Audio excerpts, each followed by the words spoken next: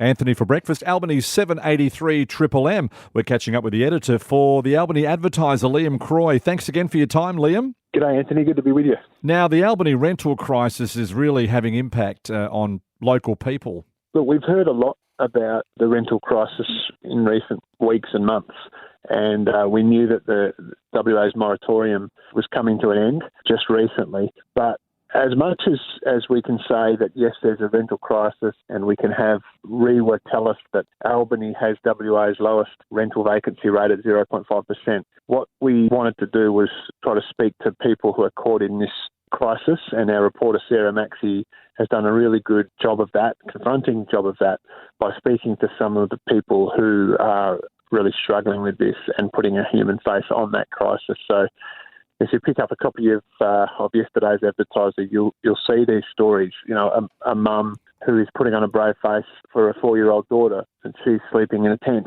in her parents' backyard. You know, a family of 6 piling into a relative's house because they've got nowhere else to go. They've been looking for a rental for 7 months.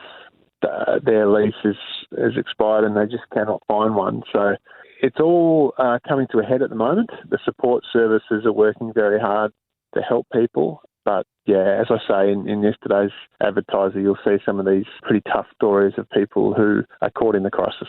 The election results are now official? Yes. So in the upper house, of course, we knew the results for the lower house a while ago now, but in the upper house, the results aren't really official until, well, last week. And in the southwest, which is the electorate that covers Albany, it's confirmed that we have Sophia Mormont as one of our MLCs, and she's a member of the Legalised Cannabis WA party.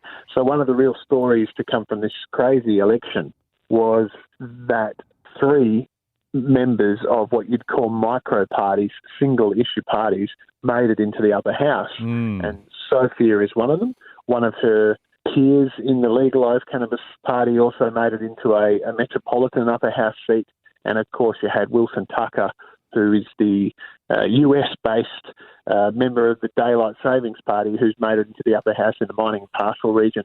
So we've had the first chat with Sophia Mormont since she's been elected, and she's now going to be in Parliament. She's going to be on $156,000+ salary that the MPs get, and she's trying very hard to prepare for that in what she admits is an unexpected turn of events in her life. So it's an interesting interview.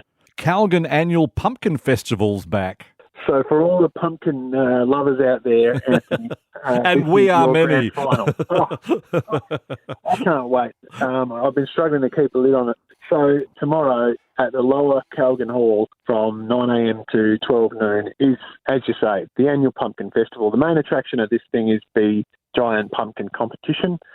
Some people take it quite seriously, and the heaviest pumpkin wins. The thing I love about the annual pumpkin festival is around this time last year, Anthony, when everything was being cancelled, and, understandably because of COVID, the Pumpkin Festival survived the pandemic, and they actually adapted and they did a virtual weigh-in, and it went ahead. So we still had the giant Pumpkin Festival in the paper. It was really nice to have something that stayed normal in a way. So I'm looking forward to it again this year, but it's more than just the pumpkin competition.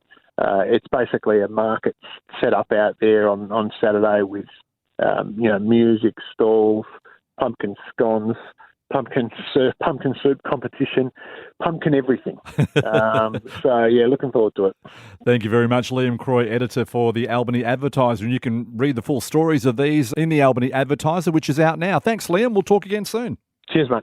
Triple M Albany.